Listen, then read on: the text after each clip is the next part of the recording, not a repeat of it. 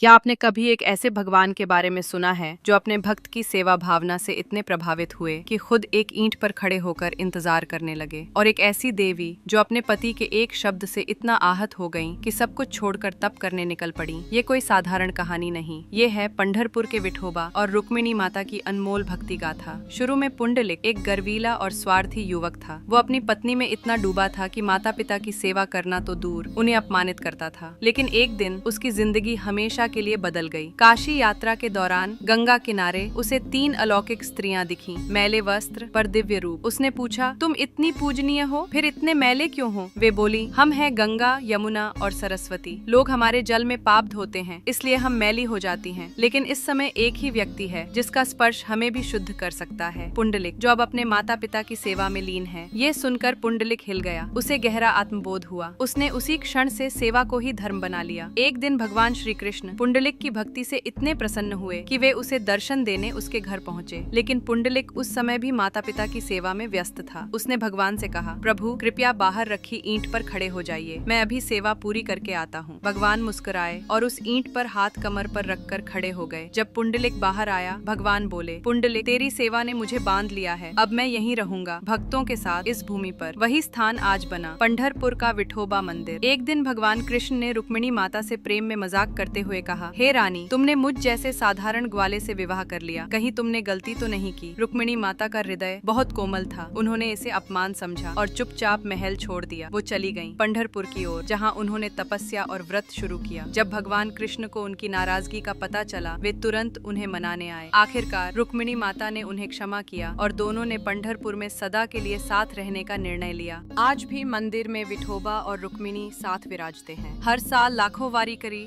सिर पर तुलसी, हाथों में झांझ, विठोबा विठोबा कहते हुए पंढरपुर की यात्रा करते हैं, क्योंकि यहाँ भगवान केवल पूजा की मूर्ति नहीं बल्कि सेवा और प्रेम में बंधे सखा है। अगर आपको ये कथा दिल को छू गई हो तो इस वीडियो को लाइक करें, शेयर करें और कमेंट में जरूर लिखें, पुंडलिक वदा हरि विठ्ठल।